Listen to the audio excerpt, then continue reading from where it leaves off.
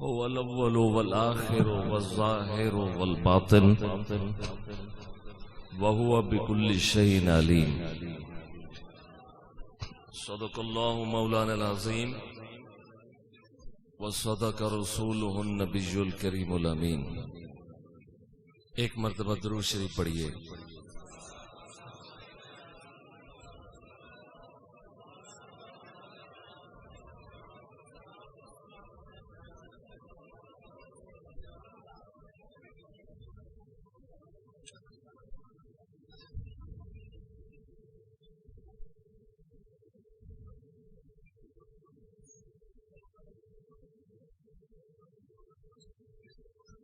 تاجدار گولڑا شریف کے منظور نظر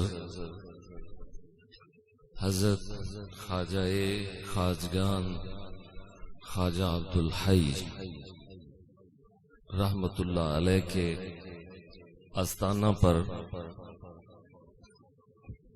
دیگر بزرگان دین کی یاد میں صاحبزادہ پیر مشتاق حسین صاحب مد ذلہ کی زیر سرپرستی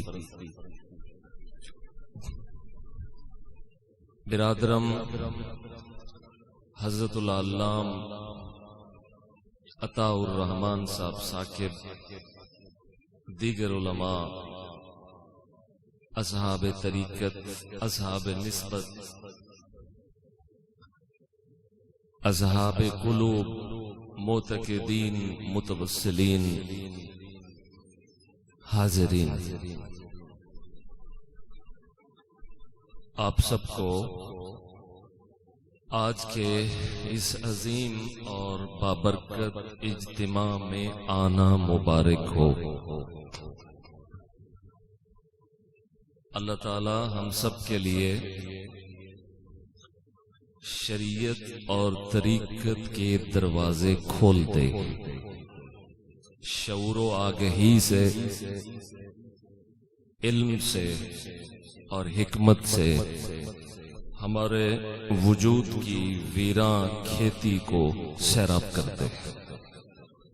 ایک مرتبہ اور درود شریف پڑھیے. الصلاۃ والسلام علیک یا سیدی یا رسول اللہ وعلی آلک وصحابک یا سیدی یا حبیب اللہ.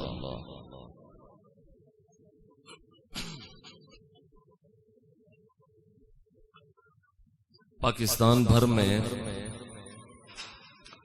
مختلف یونیورسٹیز میں، کالجز میں، مجالس میں، سیمینارز میں، محافل میں،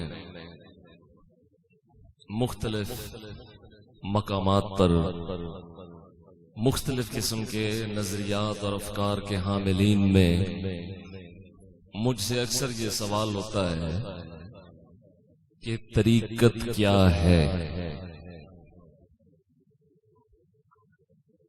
طریقت کی ایک سادہ سی اور عام تعریف جو کہ اہل علم نے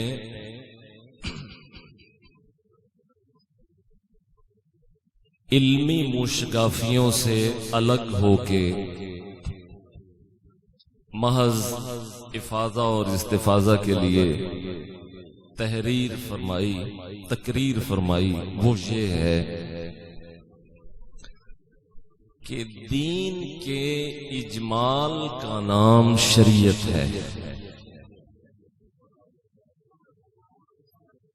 دین کے اجمال کا نام، بولیے زبان سے، دین کے اجمال کا نام شریعت ہے اور اسی اجمال کی تفصیل کا نام طریقت ہے. اب یہاں بڑا ایک خاص نقطہ ہے کہ اسی اجمال کی تفصیل کا نام طریقت ہے. ایسا کیوں کہا ہے؟ ایسا اس لیے کہا ہے کہ معترض کا یہ اعتراض ختم ہو جائے کہ دین محض شریعت کا نام اور طریقت ایک الگ سے دین ہے. اصحاب تحقیق نے اور اہل علم نے بہت غور و فکر کے بعد یہ نتیجہ نکالا کہ ایک ہی شے کے اجمالی بیان کو شریعت اور اس کے تفصیلی بیان کو طریقت کہتے ہیں. ایک ہی چیز ہے. کیا ہے؟ میں حضرت صاحبہ صاحب اور دیگر علماء سے نہیں بلکہ آپ سے مخاطب ہوں. آپ میرے ساتھ دیجئے کہ شریعت اور طریقت ایک ہی دین ہے. شریعت اور طریقت بولیے، سب بولیے، شریعت اور طریقت ایک ہی دین ہے. مثلا میں آپ کو ایک مثال دیتا ہوں. زبان سے سچ کہنا یہ شریعت ہے. سچ بولنا، یہ سچ بولنا، بولیے سچ بولنا، اور دل کا سچائی کی گواہی دینا یہ طریقت ہے. زبان سے سچ بولنا، یہ آپ بولیے، تمام بولیے. زبان سے سچ بولنا شریعت ہے. زبان سے سچ بولنا اور دل اس سچ کی گواہی دے تو یہ طریقت ہے. دل اس سچ کی گواہی دے تو زبان سے سچ بولنا، ایک دفعہ سب بولیے، زبان سے سچ بولنا شریعت ہے. اور اگر دل اس سچ پر گواہ بن جائے تو یہ طریقت ہے. تو یہ کیا ہے؟ طریقت ہے. اب میں ایک سوال اٹھاتا ہوں کہ دین اگر شریعت کے اجمالی بیان کا نام ہے تو اللہ نے یہ نہیں فرمایا کہ ہم نے دین مصطفیٰ کی زبان پر سے محض جاری کیا، بلکہ اللہ نے فرمایا ہم نے دین مصطفیٰ کے دل پر اتارا ہے. فرق ہے. ایک بات وہ ہے جو محض کہی جاتی ہے، بولی جاتی ہے، بیانیہ ہوتا ہے، وہ سنی جاتی ہے، سنائی جاتی ہے، پھر درج کر لی جاتی ہے، پھر منتقل ہوتی رہتی ہے. میں نے کہا کہ جس دین کی بنیاد اور مرکز اور نزول کا محل ہی دل ہو، جس دین کا پہلا مرکز کہ جہاں دین اترا ہے وہ مرکز و محل ہی دل ہو، تو پھر بتاؤ کہ دین اصحاب شریعت میں بند ہے یا اصحاب طریقت کے دل سے جاری ہوتا ہے؟ قرآن بیان کرتا ہے علی قلبک لتکون من المنذرین، ہم نے قرآن تمہارے دل پہ اتارا ہے. ہم نے قرآن تمہارے، بولیے ہم نے قرآن مصطفیٰ کے، سب بولیے ہم نے قرآن مصطفیٰ کے، قرآن مصطفیٰ کے، پھر بولیے قرآن مصطفیٰ کے کسی لوح پہ لکھا ہوا نہیں تھما دیا، کسی لوح پہ لکھا ہوا نہیں، ہم نے ان کے دل پہ اتارا ہے.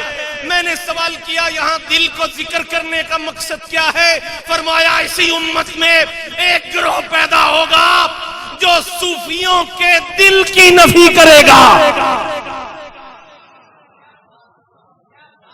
اسی امت میں ایک گروہ ایسا پیدا ہوگا جو طریقت کا انکار کرے گا. ہم پہلے دن سے انہیں بتا دیں کہ قرآن دل پہ اتارا ہے تاکہ اہل دل کے دل کی عظمت ظاہر ہو جائے. زور سے بولیے سبحان اللہ. میں ویسے یہ میری طبیعت نہیں ہے کہ میں بڑی گرم جوشی سے تقریر کروں. میرے جتنے بھی سوشل میڈیا پہ ریکارڈڈ لیکچرز ہیں وہ بڑے ٹھنڈے ٹھنڈے انداز سے ہیں. ہاں وہ اس لیے ہے کہ صوفی جب اپنی خانقاہ میں ہوتا ہے تو بڑا ٹھنڈا ہوتا ہے، لیکن جب میدان میں اترتا ہے تو نیزہ اور تلوار لے کے جاتا ہے.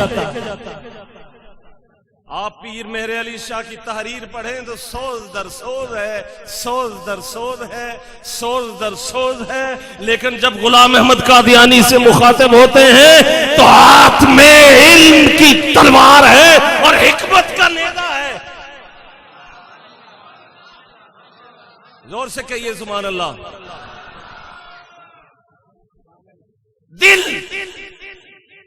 دل میں نے کہا کہ صوفیوں نے صرف دل تو ذکر نہیں کیا، دل کے ساتھ روح کا ذکر ہے، روح کے ساتھ سر کا، تو میرا موضوع طریقت ہے. روح کے ساتھ سر کا ہے، سر کے ساتھ خفی کا ہے، خفی کے ساتھ اخفا کا ہے، پھر لطائف کا ذکر ہے، پھر باطن کا ذکر ہے، پھر فنا کا ذکر ہے، بقا کا ذکر ہے، جمع کا ذکر ہے، فرق بعد الجمع کا ذکر ہے، لطائف روحانیہ کا ذکر ہے، پھر روحانیت سیر و سلوک کا ذکر ہے. آپ صرف دل کی بات کرتے ہیں. فرمایا ہم صرف دل پہ بس نہیں کرتے، ہم نے صرف دل پہ بس نہیں کی. سنو، غور سے سنو، کان کھول کے سنو. ہم نے صرف مصطفیٰ کے دل کا بیان نہیں کیا. فرمایا علم نشرح لک صدرک.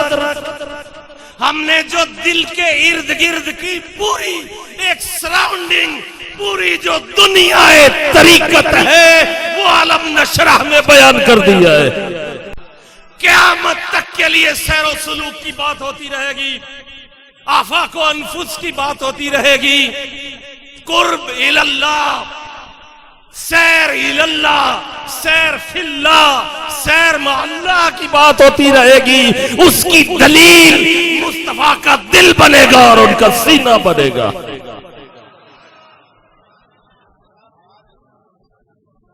اچھا، ایک اعتراض اور بھی اٹھا دیا.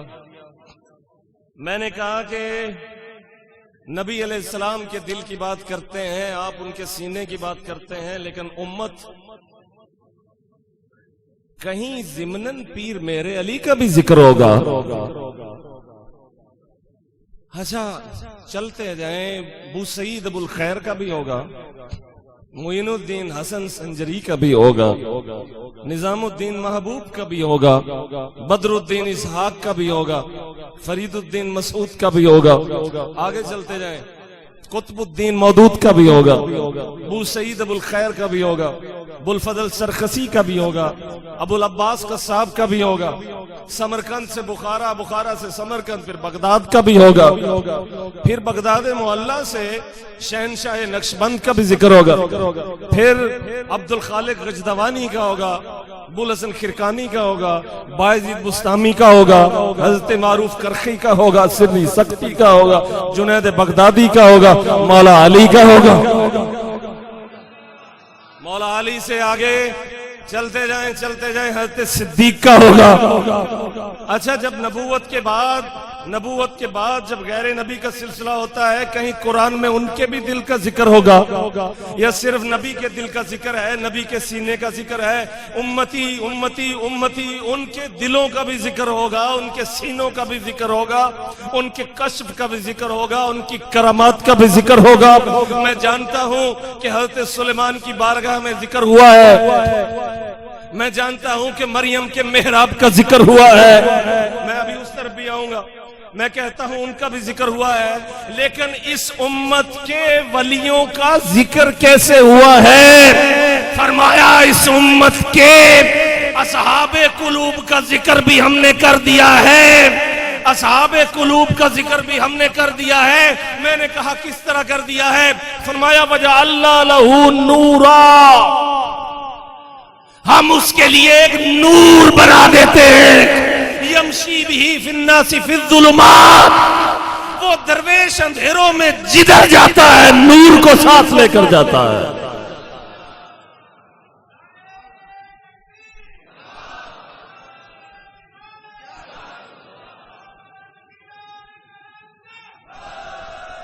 پھر کہا ہم نے مصطفیٰ کے سینے کا ذکر کیا ہے. لو سن لو، میں اس امت کے ولیوں کے سینے کا بھی ذکر کر دیتا ہوں. یشرح صدرہ للاسلام، جس کا سینہ مصطفیٰ کے سینے کے سامنے آ گیا، جیسے ہم نے مصطفیٰ کے سینے کو کھولا، ہم اس کے سینے کو بھی کھول دیتے ہیں. یہ طریقت نہیں تو اور کیا ہے؟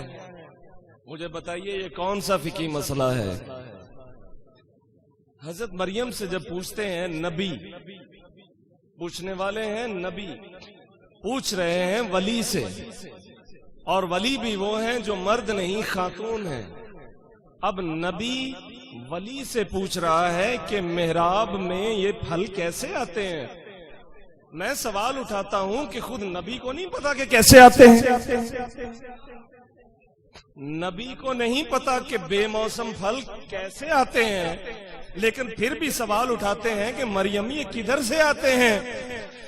کیوں سوال اٹھاتے ہیں؟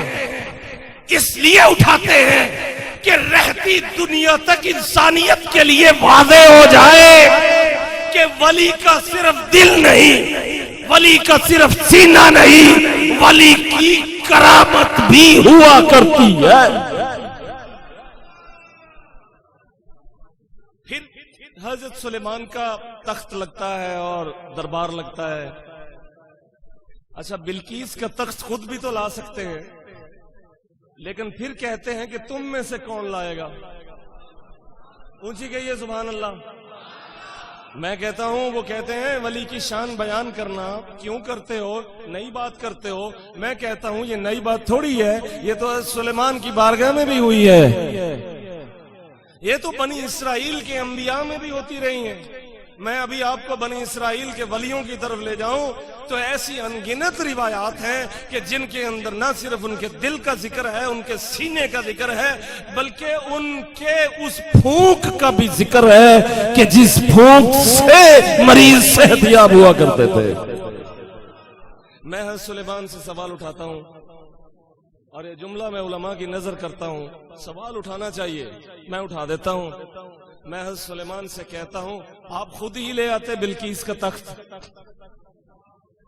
آپ خود ہی لے آتے بلقیس کا تخت. حاضرین کو مخاطب کر کے کیوں کہہ رہے ہیں کہ تم میں سے کون لائے گا؟ اچھا پھر ایک جن کہتا ہے کہ میں لاؤں گا. واقعہ تو آپ نے کئی دفعہ سنا ہوگا لیکن اس تناظر میں نہیں سنا ہوگا جس میں سنا رہا ہوں. خود لے آتے، نہیں لائے، لوگوں سے کہا کہ تم میں سے کون لائے گا. ایک جن کہتا ہے کہ میں لاؤں گا لیکن حضرت اسے اجازت ہی نہیں دیتے. میں نے سوال اٹھایا کہ جن کو اجازت کیوں نہیں دی؟ وہ لے آتا ٹھیک ہے. حضرت سلیمان جواب یہ دیتے ہیں کہ میں بندے سے منگوانا چاہتا تھا. میں نے کہا بندے ہی سے کیوں منگوانا چاہتے تھے؟ فرمایا اس لیے کہ کل خدا تعالی آخری نبی پر جب وحی فرمائے تو اس وحی کے اندر یہ ذکر کر کے بتا دے کہ نبی کے ہوتے ہوئے بھی ولی کرامت دکھاتا ہے. نبی کے ہوتے ہوئے بھی دکھاتا ہے. اب میں نے کہا کہ دکھاتا کون ہے؟ چلے یہ بات بعد میں ذکر کرتے ہیں کہ یہ بیچ میں دکھاتا کون ہے، کیونکہ جو بیچ میں دکھاتا ہے اس پہ ہم نے آج کے میں نے اس بات کا اینڈ کرنا ہے کہ بیچ میں ہوتا کون ہے. تماشا گاہ عالم ہے کسی استاد کامل کا. یہ ہم تم کیا ہے گویا سینما کی چند تصویریں.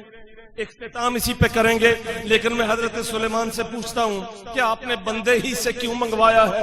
فرمایا میں نے آصف ابن برخیہ سے اس لیے بلقیس کا تخت منگوایا ہے تاکہ آج حجت ہو جائے کہ جس بندے کا دل اللہ منتخب کر لے اس کی طاقت کو جنوں کا سردار بھی نہیں پہنچتا.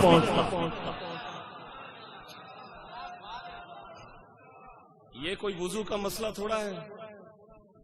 بتائیے اگر دین محض وضو کرنا، غسل کرنا، نماز پڑھنا، زکوٰۃ دینا، حج کے لیے جانا ہی ہے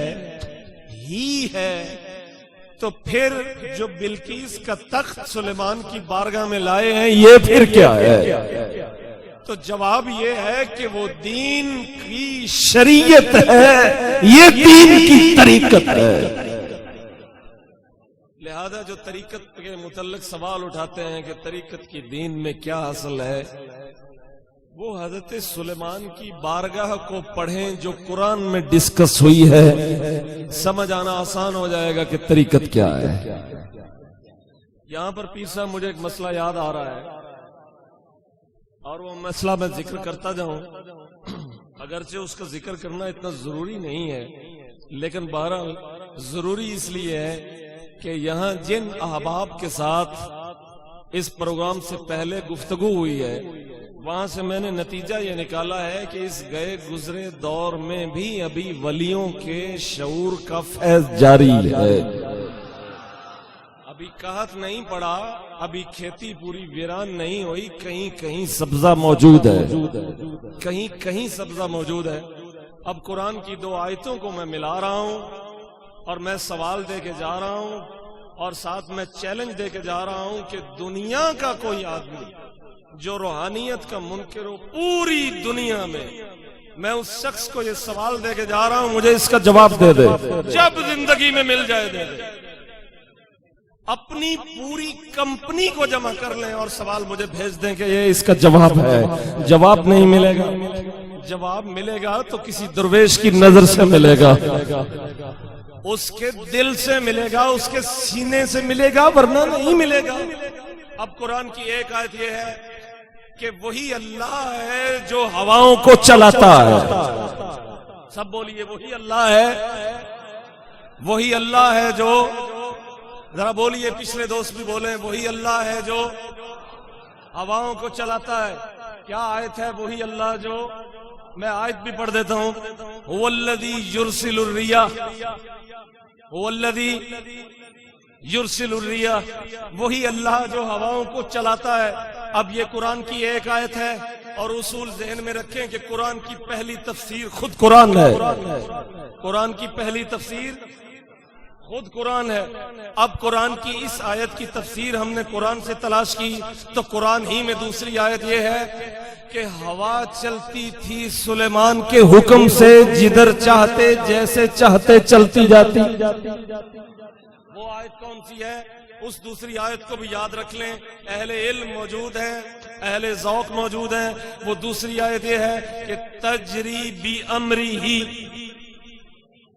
چلتی تھی اس کے حکم سے, رخاءً آہستہ آہستہ, حیث وصاب, جدھر چاہتے. اب میرا سوال سمجھ لیں اور پوری دنیا کے روحانیت کے منکر جمع ہو جائے اور مجھے یہ جواب دے دے کہ قرآن کہتا ہے کہ اللہ ہواؤں کو چلاتا ہے, پھر اللہ کہتا ہے کہ سلیمان چلاتا تھا. جب سلیمان چلاتے تھے, جب ان کے حکم سے چلتی تھی, تو اس وقت وہ اللہ کے حکم سے چلتی تھی یا سلیمان کے حکم سے چلتی تھی؟ دونوں آیتوں کو جمع کریں. میں کہتا ہوں کہ وجود کے فلسفے کو الجھاؤ مت, الجھاؤ مت, سلجھاؤ. انہیں بتاؤ کہ وحدت الوجود کے درست بیانیے کا ایک فائدہ یہ ہوتا ہے کہ محبت عام ہو جاتی ہے, نفرت مٹ جاتی ہے, انسانیت پیدا ہو جاتی ہے. اور دوسرا یہ ہے کہ مذاہب کے حوالے سے, خدا کے تعارف کے حوالے سے, مسئلہ وجود کے فہم کے حوالے سے گھٹن ختم ہو جاتی ہے, گھٹن ختم ہو جاتی ہے. میں سوال دیے جا رہا ہوں, آپ یہ پورے قصور کے ارد گرد, بلکہ میں نے پہلے کہا کہ پوری دنیا کے جو روحانیت کے منکر ہیں ان کو جمع کریں. اہل علم جمع ہو جائیں, جنہوں نے قرآن پہ تحقیقات کی ہیں وہ بھی ہو جائیں, جنہوں نے حدیث پہ کی ہیں وہ بھی ہو جائیں. اچھا چلے سارے ہی ہو جائیں. اس سوال کا جواب ابھی نہ ملے تو مجھے ریٹرن بھیج دیجئے گا کہ خدا فرماتا ہے وہ ہواؤں کو چلاتا ہے, ہواؤں کو چلاتا ہے, ہوا نہیں, ہواؤں کو. ان ہواؤں میں وہ ہوا بھی ہے جنہیں سلیمان چلاتے تھے. اب اللہ کہتا ہے کہ اللہ چلاتا ہے, پھر اللہ ہی کہتا ہے کہ سلیمان کے حکم سے چلتی تھی. اب میں یہ کہتا ہوں کہ سلیمان کے حکم سے چلتی تھی یا اللہ کے حکم سے چلتی تھی, تو سادہ سا جواب عام ذہن میں تو آئے گا نا کہ سلیمان جب حکم دیتے تھے تو اللہ کا حکم ساتھ ہوتا تھا. یہی بنے گا نا, اور کیا بنائیں گے آپ, اور کیا بنائیں گے آپ؟ جب آپ بندہ اور خدا کو الگ الگ کریں گے تو یہاں پہ کیا جواب دیں گے, کیا جواب دیں گے؟ ابرموا امرا فإنا مبرمون. انہوں نے کنکر پھینکا تھا, انہوں نے پھینکا تھا, مگر ہم نے پھینکا تھا. مگر ہم نے پھینکا تھا. اب دیکھنے والا تو کہتا ہے اس نے پھینکا تھا, انہوں نے پھینکا تھا, اس وقت پھینکا تھا, لیکن خدا کہتا ہے ہم نے پھینکا تھا, ہم نے پھینکا تھا, ہم نے پھینکا تھا, ہم ہی پھینکتے ہیں, ہم ہی پھینکتے ہیں. اب دیکھنے والا تو اس کو دیکھ رہا ہے جو بظاہر پھینک رہا ہے, لیکن اللہ کہتا ہے کہ اندر سے ہم پھینک رہے ہیں. اس کا مطلب یہ ہے کہ پھینکنے والا دراصل جو آپ کو نظر آ رہا ہے یہ ایک وجہ سے پھینکنے والا ہے, ورنہ اس کے اندر دراصل اللہ پھینکنے والا ہے. مجھے بتاؤ روحانیت کے منکروں, طریقت کے منکروں, مجھے بتاؤ کہ ان دو آیتوں کا جواب کیا ہے؟ اللہ پھینکتا ہے یا اللہ کا بندہ پھینکتا ہے؟ اب ایک تیسرا حوالہ بھی دیتا جاؤں. کہتے ہیں بریلویوں کو قرآن نہیں آتا. میں آپ کو قرآن کی اتنی آیتیں سنا دیتا ہوں, آپ گنتے گنتے تھک جائیں گے. اسی ایک موقف پہ اتنی سنا دیتا ہوں, آپ گنتے گنتے تھک جائیں گے. اتنی آیتیں ہیں طریقت پہ, اور انہوں نے الجھا کے رکھ دیا امت کو کہ روحانیت نہیں ہے, یہ طریقت کوئی شے نہیں ہے, یہ پیری مریدی کوئی شے نہیں ہے. اور بندے کو ساتھ ملا دینا, اور بندے کو مرید کر لینا, بندے کو اپنے کام میں شامل کر لینا, اور یہ قرآن میں نہیں ہے تو جناب موسیٰ نے ہارون کو کس لیے مانگا تھا؟ حضرت عیسیٰ کے حواریوں کو وہی الہام کس لیے ہوا تھا؟ اگر بندے کی کوئی ویلیو نہیں ہے اور بندوں کے ساتھ جڑنے کی کوئی حیثیت نہیں ہے تو پھر والذین معہ اشداء علی الکفار کا کیا معنی ہے؟ رحماء بینہم تراہم رکعا سجدا کا کیا معنی ہے؟ کیا معنی ہے اذا جاء نصر اللہ والفتح وَرَأَيْتَ النَّاسَ يَدْخُلُونَ فِي الدِّينِ اللَّهِ أَفْوَاجًا؟ یہ جو فوج در فوج اے نبی تمہارے ساتھ مل رہے ہیں, یہ ہمارے ملانے سے مل رہے ہیں, اور جس دسترخوان سے تم کھاؤ گے اس جہان میں اور اس جہان میں یہ بھی اسی سے کھائیں گے. ایک اور جواب مجھے چاہیے. طریقت قرآن میں نہیں ہے, بتائیے کہ قرآن کا کون سا صفحہ ہے, کون سا ورق ہے؟ ہم مصحف کی بات کرتے ہیں, کون سی سورت ہے, کون سی آیت ہے جس کے اندر طریقت کا ذکر نہیں ہے؟ پیچھے چلتے جاؤ, پیچھے چلتے جاؤ تو کہاں تک جاؤ گے؟ سائنس کی دنیا میں انرجی کہو گے, منطق کی اصطلاح میں اسے علت کہو گے, متکلمین کی اصطلاح میں اسے حقیقت کہو گے, لیکن کہو گے کسے؟ اس نے کہا میرا کوئی مذہبی خدا نہیں ہے, میں اس کو مانتا ہوں جو سپر نیچرل پاور ہے. میں نے کہا تم نے لفظ ہی تو بدلا ہے, مان تو اسی کو رہے ہو جس کو ہم 1400 سال سے مانتے ہیں. میں آپ کو پھر قرآن کی طرف لے چلتا ہوں. قرآن میں ایک جگہ یہ ہے کہ اللہ روحوں کو قبض کرتا ہے, اللہ روحوں کو قبض کرتا ہے. قرآن کی دوسری آیت ہے کہ ملک الموت کرتا ہے. قرآن کی تیسری آیت ہے کہ فرشتوں کا گروہ کرتا ہے. اب یہ تینوں آیتیں قرآن کی ہیں, میں نے تینوں کو ملا لیا. اللہ بھی روح قبض کرتا ہے, ملک الموت بھی کرتا ہے, فرشتوں کا گروہ بھی کرتا ہے. اب مجھے بتائیے کہ کرتا کون ہے؟ ایک ہی روح قبض ہو رہی ہے تو اس کو اللہ کر رہا ہے, اسرائیل کر رہا ہے, یا فرشتوں کا گروہ کر رہا ہے؟ اب مجھے بتاؤ کہ طریقت قرآن میں ہے یا نہیں ہے؟ طریقت قرآن میں ہے یا نہیں ہے؟ پہلی آیت میں نے سلیمان کی طرف میں لے گیا, دوسرا میں آپ کو محمد مصطفیٰ کی بارگاہ میں لے گیا. اب اس کے بعد میں آپ کو خدا کی بارگاہ میں لے چلتا ہوں. وہ کہتا ہے کہ میں روحوں کو قبض کرتا ہوں, پھر فرماتا ہے کہ ملک الموت کرتا ہے, پھر فرماتا ہے کہ فرشتوں کا گروہ کرتا ہے. اب اس سوال کا جواب فوری معلوم نہ ہو تو تحقیق کر کے بھیج دیجئے گا. اس کا جواب کسی درویش کی نظر کے علاوہ ہے ہی نہیں, ہے ہی نہیں. جلال الدین رومی پورا مولوی تھا, پورا مولوی, منطق کا عالم, فلسفے کا عالم, حدیث کا عالم, تفسیر کا عالم, تاریخ کا عالم, طب کا عالم, نفسیات کا عالم, بہت سے علوم پڑھے ہیں، لیکن شمس تبریز کی ایک نظر نے جلال الدین کو سمجھایا ہے کہ تمہارے پاس آدھا دین ہے، آدھا دین ہماری نظر میں ہے۔ یہ خواجہ عبدالحی سے پوچھئے، جنہوں نے مدرسہ سے تعلیم لی تو وہ سمجھ گئے کہ یہ آدھا دین ہے، آدھا دین میرے علی شاہ کی نظر میں ہے، آدھا دین مکتب و مدرسہ میں ہے، بقیہ درویش کی نظر میں ہے۔ میں نے کہا میں تمہاری نہیں مانتا، مجھے رسول خدا کی زبان سے بتاؤ کہ آدھا دین درویش کی نظر میں ہے جو پچھلے آدھے کو بھی پورا کر دیتا ہے۔ میں رسول کی زبان سے سننا چاہتا ہوں۔ میں نے حدیث پیش کر دی، میں نے کہا مجھ پہ نہیں یقین، میرے باپ دادا پہ نہیں یقین، میرے اساتذہ پہ نہیں یقین، ہمارے علماء پہ نہیں یقین، تجھے محمد مصطفیٰ پر تو یقین ہے؟ اگر ان پہ یقین ہے تو سن، وہ کہتے ہیں میں خدا اس کی آنکھ ہو جاتا ہوں جس سے وہ دیکھتا ہے۔ میں کہتا ہوں کہ خواجہ عبدالحی کو میرے علی نے نہیں دیکھا، میرے علی کی نظر سے خود خدا نے دیکھا ہے۔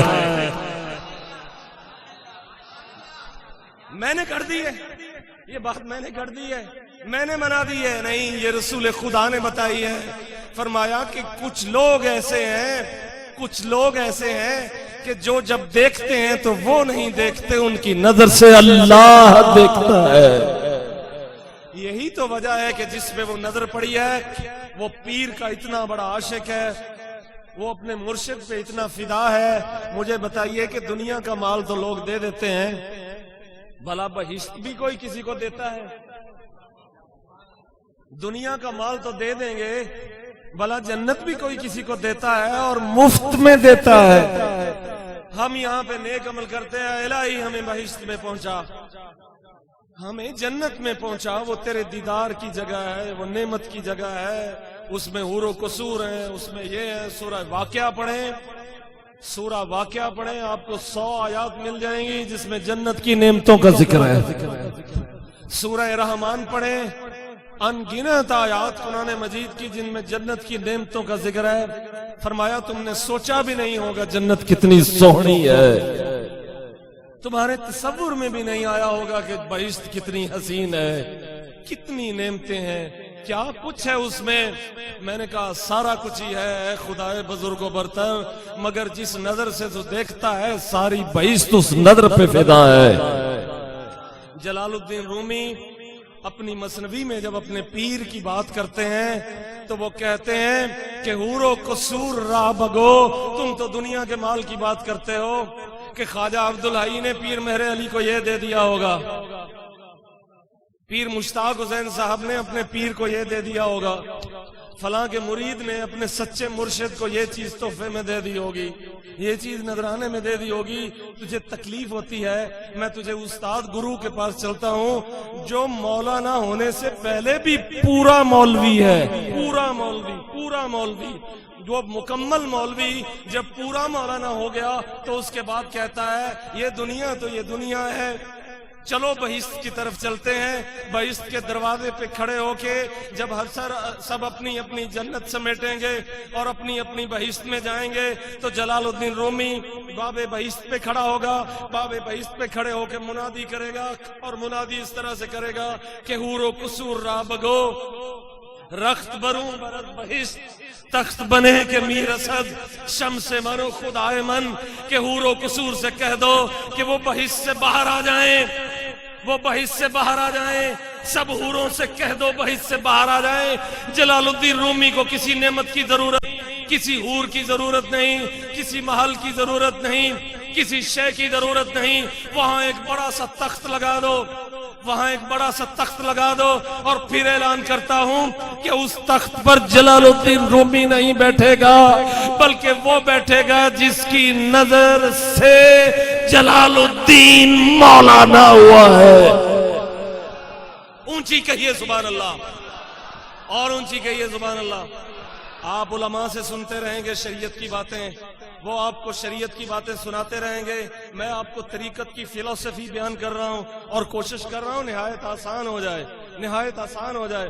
میں جا رہا ہوں اپنے اس آخری نقطے کی طرف، اپنے اس مدعا کی طرف جو سمجھانے کے لیے میں آیا ہوں۔ علالت کے بعد باوجود بھی پہنچایا ہوں، اس قابل نہیں تھا کہ یہاں پہنچ پاتا۔ کوئی اثر ہوتا ہے جو کھینچ لاتا ہے، کوئی طلب ہوتی ہے جو کھینچ لاتی ہے، بیچ میں کوئی نسبت ہوتی ہے جو کھینچ لاتی ہے، کوئی نسبت ہوتی ہے جو کھینچ لاتی ہے۔ باب بہشت پہ کھڑا ہے جلال الدین رومی، اب کہو کہ جلال الدین رومی مولوی نہیں ہے، اب کہو وہ مفسر نہیں ہے، اب کہو وہ محدث نہیں ہے، اور کتابیں لکھ لکھ کے مفسر بھی بنا، محدث بھی بنا، شیخ الحدیث بھی بنا، قرآن کا عالم بھی بنا، تاریخ کا عالم، نفسیات کا عالم، فلسفہ کا عالم، کلام کا عالم، منطق کا عالم، جامع منقول و معقول بن کے کیا ہو گیا؟ جامع منقول و معقول بن کے ایک نظر پہ فدا ہو گیا، اور ایسا فدا ہوا کہ باب بہشت پہ کھڑا ہے اور کہتا ہے حور و قصور را بگو، کہہ دو حور و قصور سے باہر آ جاؤ، باہر آ جاؤ، رخت بروں برز بہشت، بہشت سے ہی باہر آ جاؤ۔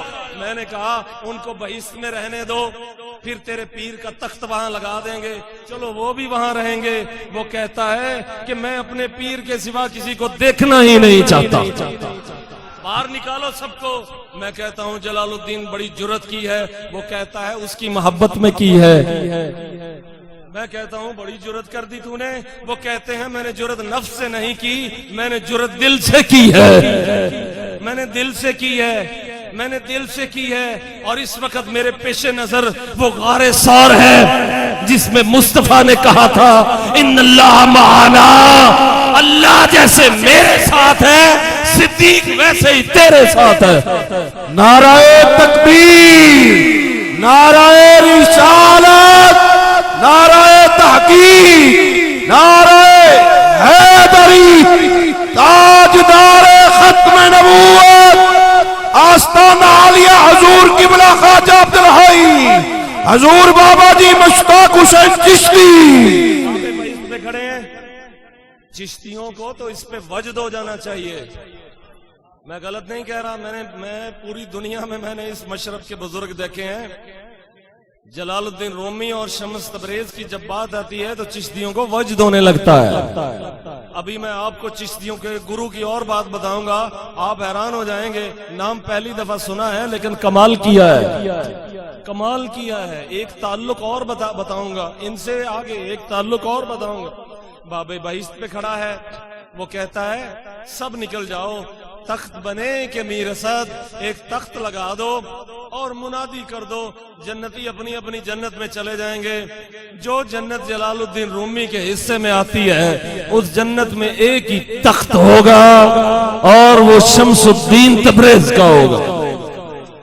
اور ساتھ ایک اور بات جس کو ملاؤں نے غلط ملت کر دیا، میں مانتا ہوں کہ جس کو فراڈیوں نے بھی غلط ملت کر دیا، کہ دکانداروں نے اس بنیاد پر دکانیں بنا لیں، سچے لوگ چھپ گئے، وہ قبروں میں چلے گئے، وہ دنیا سے چھپ گئے، جھوٹے لوگوں نے اس پہ دکان بھی بنائی اور دوسرے جھوٹوں نے اس کا انکار بھی کیا، یعنی دونوں طرف ہی ایک طرح کے ہیں۔ سچوں کو نکال دو تو دونوں طرف ہی ایک طرح کے آپ کو مل جائیں گے۔ صرف یہ نہیں کہا کہ تخت لگاؤ میرا شمس بیٹھے گا، جب شمس کی بات کرتے ہیں تو ساتھ کہتے ہیں تخت بنے کہ میر اسد، تخت لگا دو کہ ابھی آتے ہیں۔ کون آتے ہیں؟ شمس من و خدائے من، شمس من و، اونچی بولیے بلند آواز سے، شمس من و خدائے من، میرا شمس آتا ہے، میرا خدا آتا ہے۔ میں نے کہا جلال الدین یہ کیا کر رہے ہو؟ شمس کو خدا بنا رہے ہو، یہ شرک ہے، یہ کفر ہے، بندہ بندہ ہے، اللہ اللہ ہے۔ جلال الدین نے کہا جتنا بڑا آدمی ہو ان کا فلسفہ اتنا بڑا ہوتا ہے، ہماری بات کو ہم سے سمجھو۔ میں اس لیے شمس کو خدا کہہ رہا ہوں کہ مجھے خدا ملا ہے تو شمس سے ملا ہے، میں خدا کو دیکھتا ہوں تو شمس میں دیکھتا ہوں، خدا مجھے دیکھتا ہے تو شمس سے دیکھتا ہے۔ میں اس اعتبار سے کہتا ہوں، میں مراتب تخلیق کی بات نہیں کر رہا، میں مانتا ہوں کہ بندہ بندہ ہے، العبد عبد وان تعرج والرب رب وان تنزل، یہ ابن عربی کا مقولہ ہے۔ جو شیخ الکل ہے، وہ شرق و غرب کے پیر ہیں، یہ ان کا جملہ ہے، العبد عبد وان تعرج، بندہ بندہ ہے، جتنا بھی اونچا ہو جائے، عروج پہ چلا جائے، اللہ اللہ ہے، مراتب نزول میں جتنا بھی تنزل کرے، یہ حقیقت ہے، یہ عقیدہ ہے، لیکن دیکھنے کا انداز ہے۔ جب تم ایک دوسرے انداز سے دیکھو گے تو تمہیں سایہ نہیں لگے گا، تمہیں وہ اصل نظر آئے گا۔ اس لیے صوفیوں کا ایک گروہ ہے جو کہتا ہے چھوڑو سائے کو، سیدھا دیکھو چاند کی طرف۔ میں نے کہا صحیح کہتا ہے۔ ایک گروہ ہے جو کہتا ہے کہ سایہ بھی تو اصل کا ہی ہے، اصل نہ ہوتا تو سایہ نہ ہوتا، سایہ دلیل ہے کہ اصل بھی ہے، یعنی ذل دلیل ہے اصل پر، یعنی ذل ہے تو اصل بھی ہے، اصل ہے تو اس کا ذل ہے۔ چنانچہ میں ذل کو اصل کہہ دوں تو اس اعتبار سے کہتا ہوں کہ یہ اصل کا ذل ہے۔ میرے لیے راہ اس ذل نے بنائی ہے، مجھے بتاؤ کہ یہ سارا قرآن میں ہے کہ نہیں ہے؟ ایک اور آیت آپ کو سناتا جاؤں۔ اچھا، ان سب آیتوں کا جواب مجھے کون دے گا؟ یہ سب منکرین تک پہنچا دیجئے گا کہ ایک حضرت آئے تھے، تھوڑے تھوڑے فلسفی ہیں، مدرسہ میں بھی پڑھے ہوئے ہیں، لیکن مدرسہ سے بڑھ کے ان کا اصل جو ذریعہ علم ہے وہ نظر ہے۔ علم کے ذرائع ہوتے ہیں، مجھے بتائیے رسول اللہ کا ذریعہ علم کیا ہے؟ رسول خدا کا ذریعہ علم نہ مکتب، نہ مدرسہ، نہ کوئی استاد۔ رسول خدا کا ذریعہ علم یہ ہے، پڑھیے اپنے رب کے نام سے اور پڑھتے جائیے۔ انہوں نے کہا کیا پڑھنا ہے، کیسے پڑھنا ہے، کس قدر پڑھنا ہے، کب تک پڑھنا ہے، یہ ساری تفصیل کون بتائے گا؟ تو جبریل نے سینے سے لگا کے کہا اور میں نے تھوڑا پڑھانا ہے، پڑھانا اس نے ہے جو بغیر کسی واسطے کے نبیوں کو پڑھایا کرتا ہے، سکھانا اس نے۔ میں بیچ میں آیا ہوں، میں بیچ میں آیا ہوں، مجھے غور سے دیکھیے، مجھے غور سے دیکھیے، مجھے غور سے دیکھتے رہیے۔ ایک دن آئے گا جبریل درمیان سے غائب ہو جائے گا، پیچھے اللہ رہ جائے گا، اور وہ دن آ گیا جب جبریل کچھ دن نہیں آئے تو شوق میں اشتیاق زیارت میں پھرتے ہیں کہ وہ جبریل کس دن آئے گا کہ جس جبریل کے اندر سے مجھ سے خدا بولتا ہے۔ کیا ذریعہ علم ہے، کیا ذریعہ علم ہے؟ اب قرآن کی ایک آیت ہے،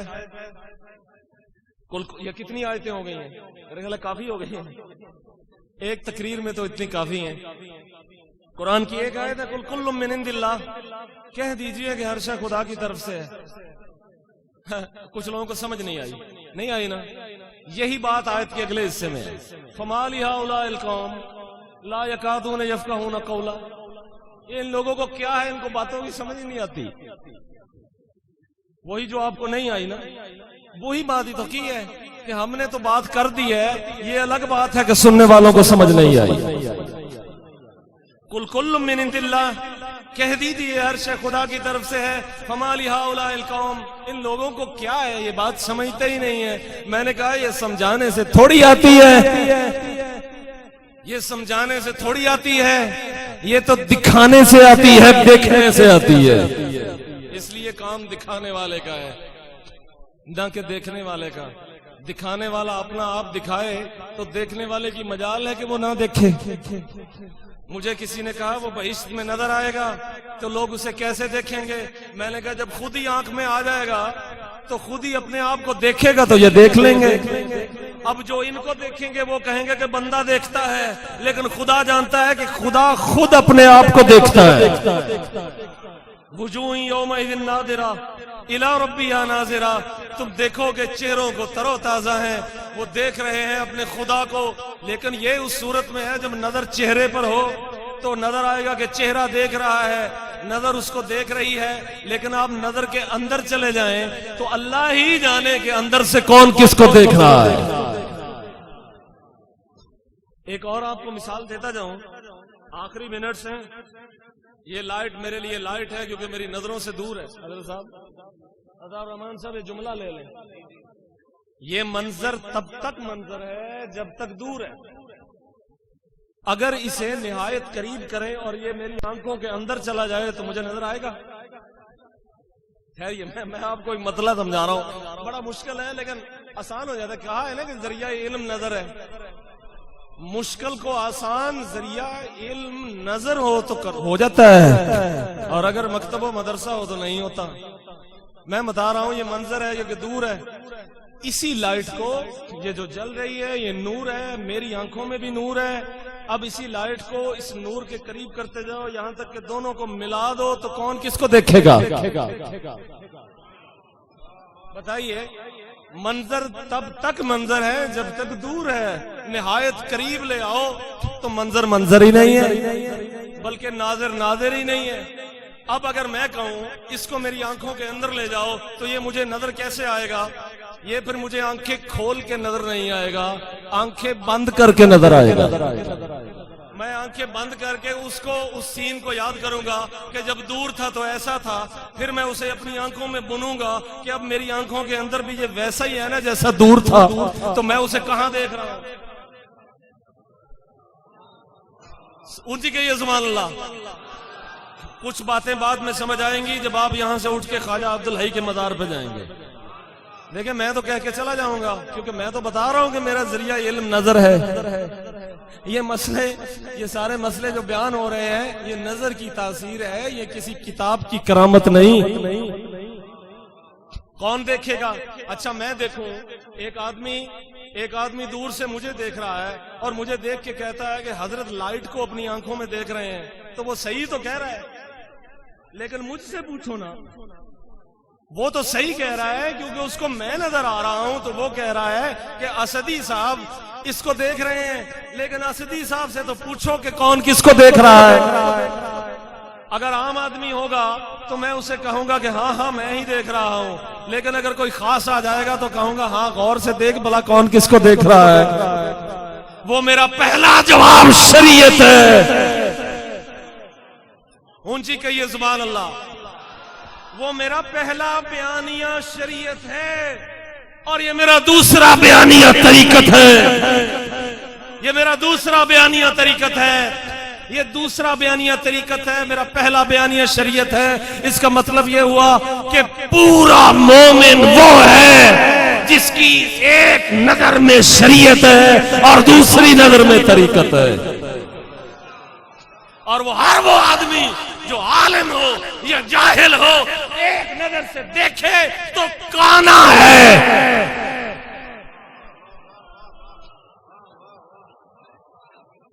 یہ مسئلہ دے رہا ہوں آپ کو. پیروں کی کیا ضرورت پڑ گئی ہے؟ میں کہتا ہوں کہ محمد مصطفیٰ کو جبریل کی کیا ضرورت پڑ گئی ہے؟ کیا ضرورت پڑ گئی ہے؟ کیا ضرورت پڑ گئی ہے؟ ضرورت تو پڑ گئی تھی. آخری مسئلہ عرض کرتا چلوں، اگرچہ ویسے بس ہو گئی ہے لیکن میں پھر ایک آپ کو مشکل میں ڈال کے جا رہا ہوں. مجھے امید ہے، مجھے یقین، مجھے تو پتا ہے کہ اس کا جواب ہی نظر سے ہے. کیونکہ اگر کتاب سے اس کا جواب ہے تو کتابیں میں نے کوئی نہیں چھوڑی. ایج نہیں ہے، میں نے نہ کوئی تفسیر کی کتاب چھوڑی ہے نہ حدیث کی چھوڑی. میں نے سیاہ ستہ کا دورہ نہیں کیا، میں نے ایک ایک حدیث کو لفظاً لفظاً پڑھا ہے. میں دورے کا قائل نہیں ہوں، میں نے حدیثوں کو ایک ایک کر کے پڑھا ہے. لہذا اگر کوئی آدمی کہے میں نے حدیثیں بڑی پڑھی ہوئی ہیں، مجھے تو سمجھ نہیں آئی، میں نے کہا اصل میں تیری ایک آنکھ بند تھی اس لیے نظر نہیں آئی. دونوں کھول کے دیکھے گا تو پورا نظر آئے گا، ایک بند کر کے دیکھے گا تو آدھا ہی نظر آئے گا. اس کو بند کر لو تو یہ سین نظر تو نہیں آئے گا. جبکہ دین تو پھیلا ہوا ہے. آنکھیں کھول کے دیکھو گے, بلکہ آنکھیں نہیں دل لاؤ گے تو نظر آئے گا.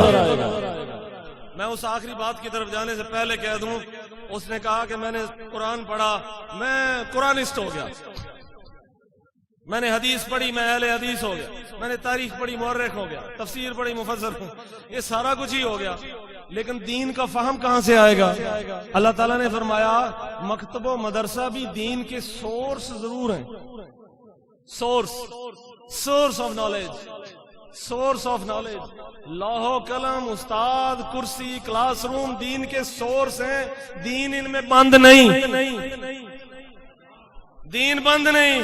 اس نے کہا قرآن سے دلیل دو. میں نے کہا قرآن یہ کہتا ہے کہ یہ قرآن اس کو سمجھ آئے گا من کان لہو قلب, جس کا دل ہوگا. دل سے شروع کیا, دل پہ اینڈ کر رہا ہوں. میں نے دل سے سٹارٹ لیا تھا, میں دل پہ ہی اینڈ کر رہا ہوں. قرآن کہتا ہے, میں نہیں کہتا. اچھا مجھے نہ سمجھیے گا کہ اسدی صاحب نے خود بنا دیا ہے, میں تو آیت سنا رہا ہوں. تفاسیر کھول لیں, دیکھ لیں. اگر آپ کو کوئی اور جواب مل جائے مجھے بھی بتا دیجئے گا, میری طرف بھیج دیجئے گا کہ اس کا یہ جواب ہے.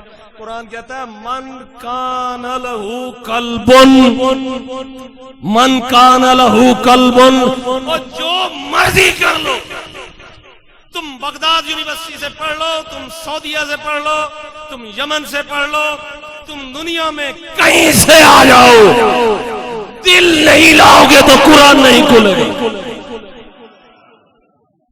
دل نہیں لاؤ گے تو قرآن نہیں کھلے گا. میں نے کہا الہی یہ دل ہے کیا؟ یہ دھڑکنے والا دل ہے. فرمایا دھڑکنے والا نہیں, اس دھڑکنے والے کی جگہ پہ ایک لطیفہ روحانی ہے جسے ہم دل کہتے ہیں. اب اگر کوئی کہے کہ قرآن میں روحانیت نہیں ہے تو میں کہتا ہوں کہ قرآن کا تو نزول ہی روحانی دل پہ ہوا ہے, دل پہ ہوا ہے. دل سے شروع کیا ہے, دل تک لے گئے ہیں. اسی لیے رومی کہتا ہے کہ دل بدستاور کے حج اکبر ہے. دلوں کو جیت کے یہ حج اکبر ہے, دلوں کو جیت کے یہ حج اکبر ہے. کتنے سال ہو گئے پیر میرے علی شاہ علیہ الرحمہ کو دنیا سے رخصت ہوئے؟ 1 صدی کے قریب عرصہ ہو گیا. لیکن تذکرہ جاری ہے کہ نہیں؟ تذکرہ جاری ہے کہ نہیں؟ اور کن میں جاری ہے؟ دیکھیے اہل دل کا تذکرہ اہل دل میں ہی ہوگا نا. یہاں حدیث کی کوئی کتاب پڑھائی جا رہی ہوتی تو صاف ظاہر ہے کہ جو چیز جس ادارے میں پڑھائی جا رہی ہو تو اس میں وہی چیز ڈسکس ہوگی نا. تاریخ پڑھائی جا رہی ہے تو تاریخی باتیں ہوں گی, لیکن اہل دل کا تذکرہ اہل دل میں ہوگا, اہل قلم میں کم ہوگا. اگرچہ ہوگا لیکن کم ہوگا. اس لیے اہل دل کی بابت کچھ سیکھنا ہے تو اہل دل کے پاس جانا ہوگا. یہ قرآن کا فیصلہ ہے, یہ حدیث کا فیصلہ ہے. اب آخری بات ہے عطا الرحمان صاحب, آپ کی محبتیں ہیں کہ مجھ سے بولا گیا ہے, بلوایا گیا ہے. وہ کہتا ہے میرا یار میرے اندر سے کہتا ہے کہ بول. میں نے کہا الہی کیا بولوں؟ کہا تو تیاری کر بولیں گے ہم, تیاری کر بولیں گے ہم. میں نے کہا جب میں بولوں گا تو لوگ کہیں گے کہ یہ بولتا ہے. فرمایا وہ لوگ کہیں گے کہ یہ بولتا ہے جن کے پیش نظر تمہارا جسم ہے, جسم ہے, لیکن جن کے پیش نظر اندر کی روح اور جوہر اصلی ہو وہ یہ کہیں گے کہ بولتا نظر تو آتا ہے لیکن دراصل بولتا کوئی اور ہے. اسی کو کہتے ہیں یار یار من نمی گو یا من الحق, یار بھی گویت کے گو. اب یہ دیکھیں یار کیسے بولتا ہے, یار کیسے بولتا ہے, یہ میں آپ کو بتا رہا ہوں. چلو مجھ سے نہیں بولتا نا, کسی ان سے نہیں بولتا, ان سے نہیں بولتا, لیکن کسی سے تو بولتا ہے. کسی کو تو مان لو, بولتا تو ہے نا. جبریل جب آئے مریم کی طرف تو کہنے لگے لیہب لکی غلامن زکیہ, لیہب لکی غلامن زکیہ, تیار ہو جاؤ کہ میں تجھے ہبا کرنے لگا ہوں پاکیزہ بچہ. پیر صاحب اس کا ترجمہ یہ ہے کہ میں تجھے ہبا کرنے لگا ہوں. کون؟ اونچی بولی, آپ تھک گئے. ابھی نہیں تھکے تو ذرا اونچی بولیے. نعرہ تکبیر، نعرہ رسالت، نعرہ تحقیق، نعرہ حیدری. سارے جواب دیو. تاجدار ختم نبوت، تاجدار ختم نبوت، تاجدار ختم نبوت. آستانہ عالیہ کولہ شریف، آستانہ عالیہ پیروال شریف، آستانہ عالیہ حضور قبلہ خواجہ عبدالحی. اب یہ دیکھیے جبریل کہتا ہے مریم میں تجھے ہبہ کرنے لگا ہوں پاکیزہ بچہ. اس کا ترجمہ کچھ اور ہے تو مجھے کوئی بتا دے. کوئی بتا دے نا کہ اس کا ترجمہ یہ نہیں. حضرت آپ جھوٹ کہا ہے، ترجمہ تو اور ہے. کیا ترجمہ ہے اس کا؟ لی احبا لاکی غلامن زکیہ. مریم تیار ہو جاؤ کہ میں تجھے ہبہ کرنے لگا ہوں پاکیزہ بچہ. اب میں جبریل سے کہتا ہوں کہ کام تو کسی اور کا ہے، آپ بیچ میں سے ہبہ کیسے کر رہے ہیں؟ یہ ہو سکتا ہے کہ جو ہبہ ہو وہ روح اللہ ہو اور ہبہ جبریل کرے. ٹھہریے ٹھہریے، وہ کہتے ہیں نا من نمی گویا من الحق، یار می گویت کے گو. اور میں کب کہتا ہوں کہ انا الحق اور میرا یار کہتا ہے تو کہہ دے انا الحق. میں کہنے کے بعد کہتا ہوں یہ میں نے کیا کہہ دیا ہے، لوگوں میں نے کیا کہہ دیا ہے. لوگ کہیں گے تو کہتا ہے انا الحق، میرا یار کہتا ہے کہ میں کہتا ہوں انا الحق. اے لوگوں تمہاری مانو کہ اس کی مانو. میں کہتا ہوں اعتراض اٹھانا ہے تو جبریل پہ اٹھاؤ کہ ہبہ کرنے لگے ہو روح اللہ کو اور ہبہ کر رہے ہو خود. ہبہ ہو رہا ہے روح اللہ اور ہبہ کر رہے ہیں جبریل. میری سمجھ میں نہیں آیا. میں مریم کے پاس گیا، مریم مجھے بتائیے یہ کیا سین ہے.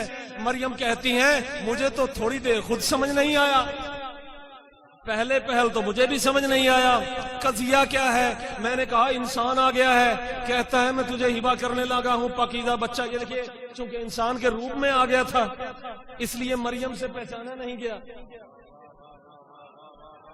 اونچی کہیے سبحان اللہ. مجھے کہتے ہیں وحدت الوجود قرآن میں نہیں ہے. اور بے وقوفو پورا کھول، آنکھیں کھول کے دیکھو، آنکھیں کھول کے. ہبہ ہو رہے ہیں روح اللہ، ہبہ کر رہا ہے جبریل. قرآن کی آیت کے تناظر میں کہہ رہا ہوں جبریل، حقیقت میں کون کر رہے ہیں میں بعد میں کہتا ہوں، یہ بعد میں بتاتا ہوں.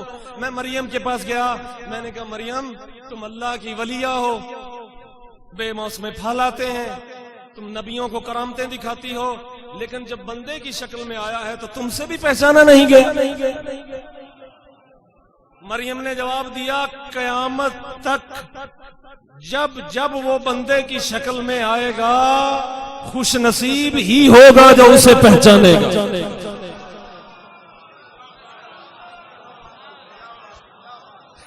اونچی گئی ہے سبحان اللہ. یہ بایزید بستامی کا ایک مرید تھا، تو یہ سلطان محمود غزنوی کا باپ ان کے پاس گیا. اس نے کہا سنا اپنے پیر کی بات کوئی کر. تو اس نے آگے سے کہا میرا پیر کہا کرتا تھا جس نے مجھے دیکھا اسے آگ میں نہیں جلائیں گے. جس نے مجھے دیکھا بابا تھا نا، سیدھا سادہ تھا، نظروں کا مارا ہوا تھا، تو نظروں کے مارے ہوں گا تو یہی جواب ہی ہوتا ہے. میرا پیر کہا کرتا تھا کہ جس نے مجھے دیکھا اس کو آگ میں نہیں جلائیں گے. اب وہ بادشاہ کا باپ تھا، عقل سے کام لینے لگا اور کہنے لگا ویسے عقل یہ سوال اٹھاتی ہے کہ محمد الرسول اللہ کو دیکھنے والے تو کئی آگ میں جائیں گے. جب اس نے یہ کہا تو بابا اگرچہ ان پڑھ تھا لیکن ان پڑھ ایسا نہیں تھا، ان پڑھ ایسا تھا جسے نظروں سے پڑھایا ہوتا ہے. اس نے کہا تو بادشاہ کا باپ ہے لیکن سن کے جا، تجھے کس نے غلط فہمی میں ڈال دیا کہ تجھے کس نے غلط فہمی میں ڈال دیا کہ نمرود نے ابراہیم کو دیکھا تھا. اس نے دیکھا ہی نہیں تھا، کیونکہ نور کو نور سے دیکھتے ہیں، ظلمت سے نہیں دیکھتے. آنکھ بند ہو لائٹ نظر نہیں آئے گی، لائٹ نظر آئے گی اس سے پہلے آنکھ میں نور ہوگا تو نظر آئے گی. تجھے کس نے کہا کہ فرعون نے کلیم اللہ کو دیکھا تھا؟ تجھے کس نے کہا کہ نمرود نے خلیل اللہ کو دیکھا تھا؟ تجھے کس نے کہا کہ ابو جہل نے محمد الرسول اللہ کو دیکھا تھا؟ محمد الرسول اللہ کو اگر جسم کی آنکھ سے دیکھو گے تو یہی سمجھو گے کہ ہمارے جیسا ہے، اگر نور سے دیکھو گے تو سر تپا نور نظر آئے گا۔ اس لیے جو بشر کہتے نہیں تھکتے وہ بشریت سے دیکھتے ہیں، جو نور کہتے نہیں تھکتے وہ نور سے دیکھتے ہیں۔ اپنی اپنی نظر ہے اور اپنا اپنا سٹائل ہے۔ ابلیس نے بھی جناب آدم کو بشریت تو نار سے دیکھا تھا، تو آدم نظر آیا، اگر نور سے دیکھتا تو وہ بھوک جو آدم میں بھوکی گئی تھی اسے جسم نظر نہ آتا، بلکہ آدم نور علی نور نظر آتا۔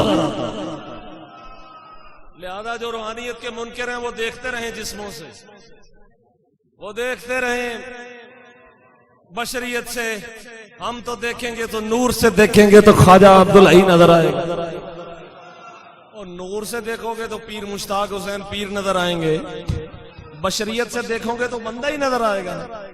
تو جو بشریت سے دیکھے گا وہ کہے گا ہمارے جیسا ہے، بازاروں میں چلتا ہے، یہ بھی قرآن کی آیت ہے، ہمارے جیسا ہے بازاروں میں چلتا ہے۔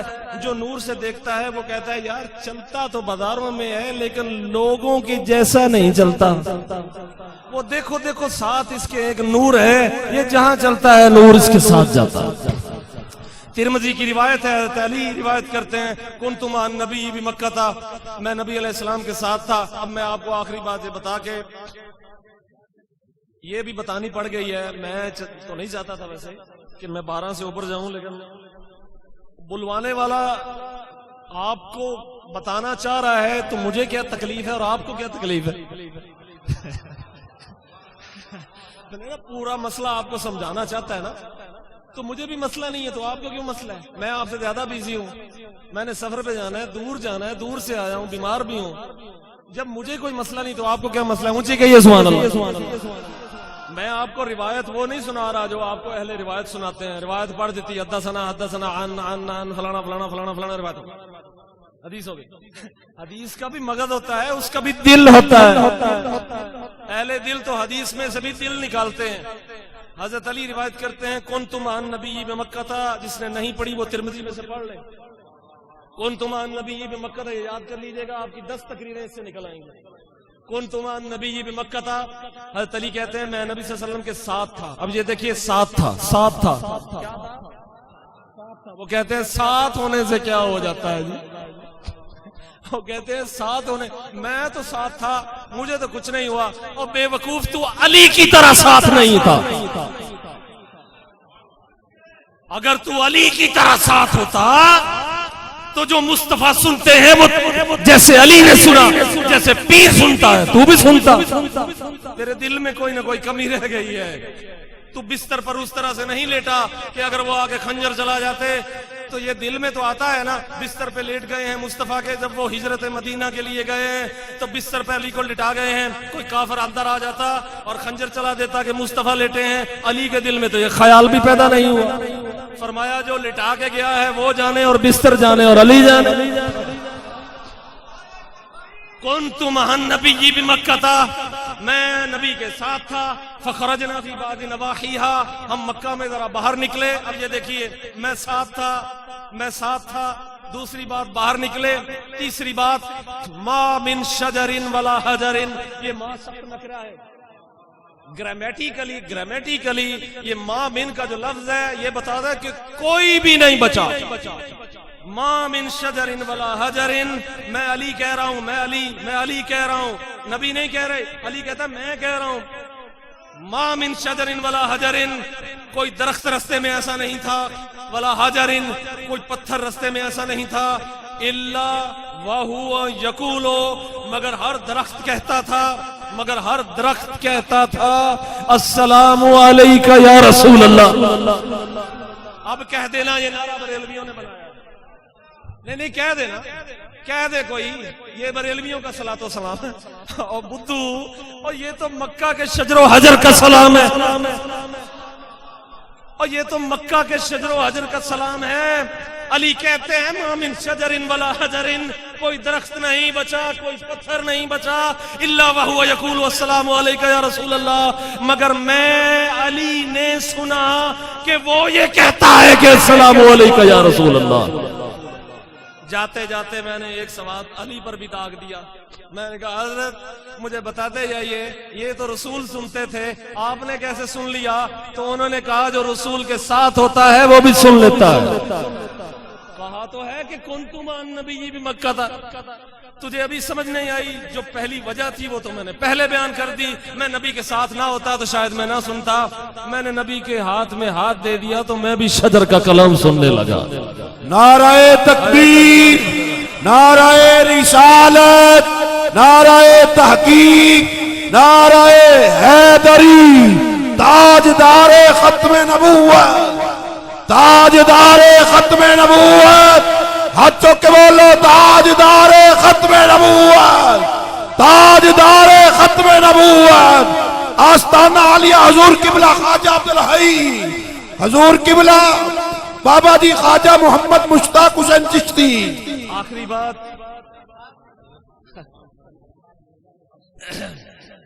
حضرت قبلہ آئے ہیں انشاءاللہ. میں نے دروازہ کھول دیا ہے، امید ہے کہ طریقت کے شہر کے اندر آپ کو خوب دوڑائیں گے. میرا کام دروازہ کھولنا تھا، میں نے کھول دیا. میں نے سوال اٹھانا تھا، اٹھا دیا. آخری سوال پھر سے اٹھا رہا ہوں، آخری سوال پھر سے اٹھا رہا ہوں، آخری سوال اٹھا رہا ہوں. وہ یہ کہ پھونکا جا رہا ہے روح اللہ، ہبہ کرنے والا ہے جبریل. میں مریم کے پاس گیا، میں نے کہا خدا کے واسطے مجھے بتا دیجئے، خدا کے واسطے بتا دیجئے کہ یہ ہبہ کون کرنے آیا ہے. تو مریم آگے سے کہتی ہیں بندے کی شکل میں کوئی بندہ ہی آیا ہے. اسی لیے میں نے کہا کہ لم یمسسنی بشر ولم اکو بغیہ، نہ تو میں باغیہ ہوں نہ مجھے کسی بشر نے چھوا ہے. توبہ توبہ توبہ توبہ، مجھے کیسے بچہ پیدا ہوگا؟ یہاں جب جواب سنا جبریل نے تو تھوڑا نوری رنگ دکھایا. پہلے تو فتمثل، پہلے تو تمثل کہتے ہیں کسی ایک چیز کا کسی دوسری شکل میں آ جانا، اور وہ جو دوسری شکل ہے اس میں آگے پتہ لگتا ہے، پتہ ہی نہیں لگتا کہ اس کی اصل حقیقت کیا ہے، اس کا اصلی جوہر کیا ہے. جلال الدین رومی ایسے نہیں کہتے رہے وہ آتا رہا وہ آتا رہا وہ آتا رہا، بالآخر محمد مصطفیٰ کی صورت میں آ گئے. میں نے کہا اچھا جلال الدین کی بات میں بڑی تکلیف ہوئی ہے، رومی نے کہہ دیا ہے وہ تو صوفی ہے. میں کہتا ہوں قرآن کہہ رہا ہے فتمثل لها بشرا سویا. جب بشر بن کے آئے مریم کی نظر پڑی تو کہا بشر ہی ہے. اے بشر تو مجھے ہبہ کرے گا، مجھے تو کسی نے چھوا نہیں، مجھ میں کیسے پاکیزہ بچہ کرے گا؟ اب یہاں پہ جبریل نے ذرا نوری نظر سے دیکھا، کہا مریم ذرا غور سے دیکھ، مریم ذرا غور سے دیکھ. پھر مریم نے ذرا غور سے دیکھا تو لہجہ بدل گیا. فرمایا ظاہر دیکھنے میں تو بندہ لگتا ہے، اندر سے تو یہ کوئی اور چیز ہے. یہ مسئلہ میں نے بنا لیا ہے، یہ تو قرآن کا ہے، اندر سے تو کوئی اور چیز ہے. اس کے بعد جبریل کہتے ہیں، انہوں نے کہا یہ فیصلہ ہو چکا ہے، تیرے رب نے یہ فیصلہ کر دیا ہے. اس کے بعد مریم کو سکون ہو گیا کہ یہ جبریل کے اندر سے وہب کرنے والا جبریل نہیں، جبریل کا اور میرا خدا ہے.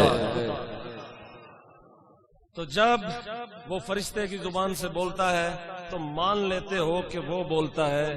بندے کی زبان سے بولے تو تکلیف کیوں ہوتی ہے کہ وہ بولتا ہے؟ وہ شجر سے بولے تو وہ بولتا ہے، وہ حجر سے بولے تو وہ بولتا ہے. اور قرآن ہی میں ہے وہ شجر سے بھی بولا ہے، وہ حجر سے بھی بولا ہے. موسیٰ علیہ السلام درخت سے پہاڑ سے نیچے گڑے ہیں تو پتھر میں سے آواز آتی ہے من الشجرۃ یا موسیٰ، وہ درخت سے آواز آتی ہے. میں درخت سے بول رہا ہوں، تو جب میں درخت سے بول رہا ہوں تو کوئی مسئلہ نہیں ہے. انسان کی زبان سے مسئلہ کس کو ہے؟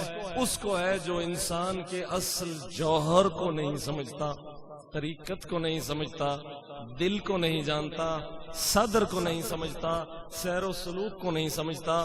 اور جو قلب کو جان جائے گا، جو صدر کو جان جائے گا، جس کا شرح صدر ہو جائے گا، جو سیر و سلوک کا معترف ہو جائے گا، وہ جان جائے گا کہ ولیوں کی نظر سے کسی انسان کی جسمانی نظر کا نور نہیں، بلکہ نور کیا خالق خود دیکھتا ہے۔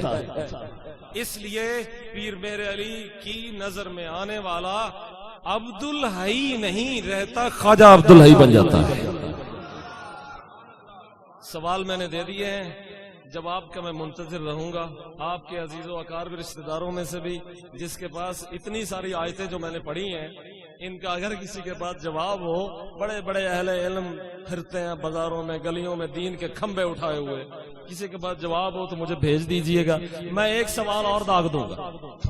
ساری زندگی گزر جائے گی لیکن یہ طریقت کے سوالوں کے جواب اہل طریقت ہی دیں گے، اہل شریعت نہیں دیں گے۔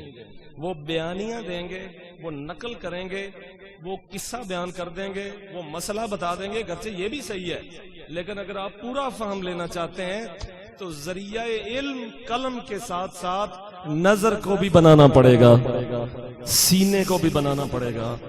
اگر یہ دونوں ذرائع آپ کے پاس ہیں تو آپ کا دین پورا ہے، ورنہ آپ کا دین ادھورا ہے۔ تماشا گاہ عالم ہے کسی استاد کامل کا، یہ ہم تم کیا ہیں گویا سینما کی چند تصویریں، اور میں اپنے شوق سے وہ شعر دوبارہ پڑھ کے جا رہا ہوں کہ حور و قصور راہ بگو، یاد ہو جانا چاہیے آپ کو۔ مرید کو اپنے پیر سے اس طرح محبت ہونی چاہیے کہ حور و قصور راہ بگو رخت۔ پھر کیا ہوتا ہے؟ پھر یہ ہوتا ہے کہ پیر مرید کے اندر چلا جاتا ہے۔